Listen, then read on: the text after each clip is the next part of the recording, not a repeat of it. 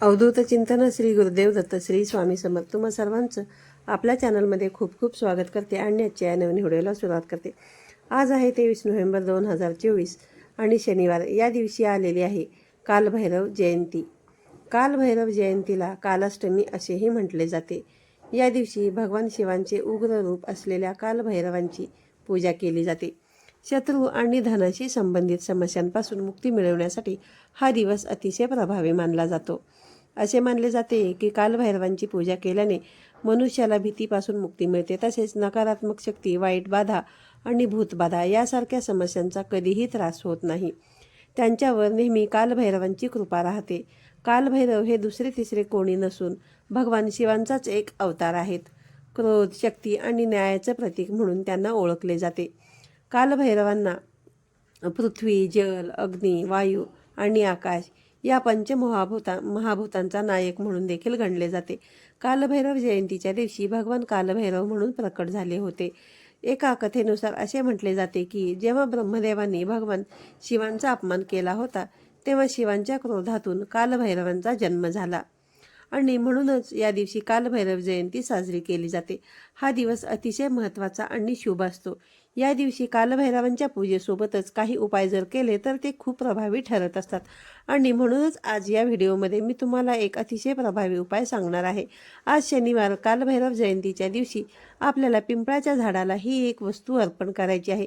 ही वस्तू अर्पण केल्याने कोणताही शत्रुत्रास, साडेसाती, संकट, विघ्न हे सर्व नष्ट होऊन तुमच्या घराची, मुलांची, पतीची अगदी भरभरून अशी प्रगती होईल। तुमच्या आयुष्याचं सोनं होईल। बघा, मनातील प्रत्येक इच्छा ही तुमची पूर्ण होईल असा हा उपाय आज या व्हिडिओमध्ये मी तुमच्यासोबत शेअर करणार आहे। त्यामुळे तुम्ही हा व्हिडिओ स्किप न करता शेवटपर्यंत पाहत राहा। चॅनलवरती नवीन असाल तर नक्की सबस्क्राईब करा आणि असेच नवनवीन आणि माहितीपूर्ण व्हिडिओ पाहण्यासाठी बेल आयकॉनला देखील प्रेस करा। या व्हिडिओमध्ये मी जो तुम्हाला उपाय सांगणार आहे तर हा उपाय तुम्ही आज सकाळपासून ते अगदी संध्याकाळपर्यंत जेव्हा तुम्हाला वेळ मिळेल तेव्हा तुम्ही तुमच्या वेळेनुसार कधीही करू शकता। अगदीच तुम्हाला जर शक्य असेल तर हा उपाय तुम्ही अगदी सकाळी 12च्या आत देखील करू शकता आणि रात्री 7:30 वाजेपर्यंत देखील 7:30 किंवा 9, 10, 11, 12 वाजेपर्यंत सुद्धा तुम्ही करू शकता।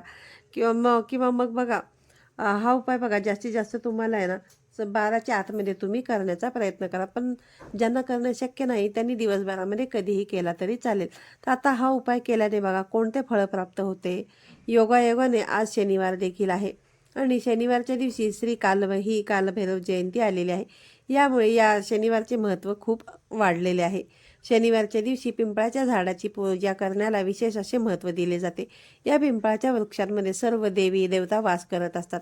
असे देखील म्हटले जाते की शनिवारी या झाडाची पूजा केल्याने देवी लक्ष्मीचा आशीर्वाद प्राप्त होतो, तसेच सुख आणि सौभाग्य देखील वाढत जाते।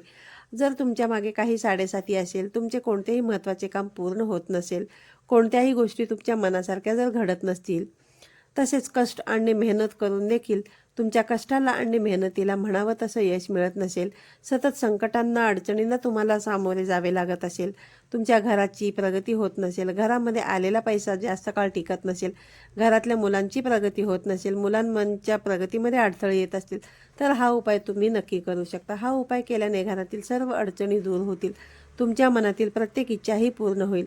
हा उपाय करण्यासाठी तुम्हाला 9 दिवे घ्यायचे आहेत। जर तुमच्याकडे 9 मातीच्या पणत्या असतील तर ते दिवे देखील तुम्ही घेऊ शकता किंवा तुम्ही कणकेचे 9 दिवे देखील घेतले तरी देखील चालेल। प्रत्येक दिव्यामध्ये तुम्हाला दुहेरी कापसाची वात लावायची आहे। यानंतर एक तांब्या भरून तुम्हाला जल घ्यायचा आहे, त्यामध्ये शुद्ध पिण्याचं पाणी तुम्हाला घालायचं आहे। त्यानंतर 1 कप घ्यायचा आहे आणि त्या कपामध्ये तुम्हाला दूध घ्यायचं आहे आणि त्या दुधामध्ये 1 चमचाभर साखर तुम्हाला टाकायची आहे। त्याचबरोबर पांढऱ्या रंगाचा जो धागा असतो तो धागासुद्धा तुम्हाला यासोबत घ्यायचा आहे आणि जे दिवे आपण घेतलेले आहेत त्या दिव्यामध्ये तुम्हाला मोहरीचं तेल घालायचं आहे। मोहरीचं तेल तुमच्याकडे नसेल तर तुम्ही देवपूजेसाठी जे तेल वापरतात ते तेल वापरलं तरी देखील चालेल आणि त्यामध्ये तुम्हाला चिमूटभर पिवळी किंवा काळी मोहरी टाकायची आहे। या सर्व वस्तू घेऊन तुम्हाला पिंपळाच्या झाडाजवळ जायचं आहे आणि तिथे गेल्यानंतर सर्वप्रथम तुम्हाला हे 9 दिवे प्रज्वलित करायचे आहेत। त्यानंतर हे जे दूध घेतलेलं आहे ते दूध तुम्हाला पिंपळाच्या वृक्षाला अर्पण करायचं आहे आणि पुन्हा एकदा शुद्ध हे जेल तुम्हाला पिंपळाच्या झाडाला अर्पण करायचं आहे। हळदी, कुंकू, अक्षता, फुले अर्पण करायची आहेत आणि जो पांढऱ्या रंगाचा धागा तुम्ही घेतला होता तो धागा तुम्हाला 7 वेळा त्या पिंपळाच्या वृक्षाच्या खोडाला तुम्हाला गुंडाळायचा आहे। जेव्हा तुम्ही हा धागा गुंडाळणार आहे त्यावेळी तुम्हाला प्रत्येक वेळी ओम नमो भगवते वासुदेवाय नमः असं म्हणायचं आहे आणि तुमची इच्छा जी असेल ती मनोमन तुम्हाला व्यक्त करायची आहे. 7 वेळा हा धागा बांधायचा आहे आणि त्यानंतर या वृक्षाला आपल्या उजव्या हाताचा स्पर्श करून आपल्या मनामध्ये जी काही इच्छा आहे तर ती इच्छा पूर्ण होण्यासाठी तुम्हाला या वृक्षाला प्रार्थना करायची आहे. या दिवशी जो कोणी या वृक्षाची अशा पद्धतीने पूजा करेल त्या व्यक्तीला चांगले परिणाम बघायला मिळतील. शनी दोषापासून कायमची मुक्ती मिळेल. भागवत गीतेमध्ये भगवान श्रीकृष्णांनी सांगितले आहे की पिंपळ वृक्ष हे सर्व वृक्षांमध्ये सर्वश्रेष्ठ आहेत. तसेच हे भगवान विष्णूंचे एकमेव रूप आहे. जिथे भगवान श्रीहरी विष्णू असतील तिथे माता लक्ष्मी असतेच. आणि भगवान श्रीकृष्णांनी पिंपळाच्या झाडाखाली बसूनच जगाला गीतेचे ज्ञान दिले होते. यावरूनच पिंपळ झाडाचे महत्त्व हे आपल्याला दिसून येते आणि म्हणूनच शनिवारच्या दिवशी या झाडाची पूजा केल्याने भगवान श्रीहरी विष्णू आणि माता लक्ष्मीचा आशीर्वाद आपल्याला मिळतो आणि प्रत्येक कामामध्ये यश मिळते. तसेच ज्योतिषशास्त्रानुसार असेही म्हटले जाते की या वृक्षामध्ये देवी देवतांचे वास्तव्य असते आणि या दिवशी या झाडाची पूजा केल्याने देवी देवतांचे आशीर्वाद आपल्याला मिळतात. इतकेच नाही तर अक्षय पुण्यप्राप्तीसुद्धा आपल्याला होते. ही सर्व प्रकारची वाईट कर्म, शत्रू, त्रास, संकट, विघ्न हे सर्व नष्ट होतात. त्यामुळे आजच्या दिवशी तुम्ही हा उपाय नक्कीच करा.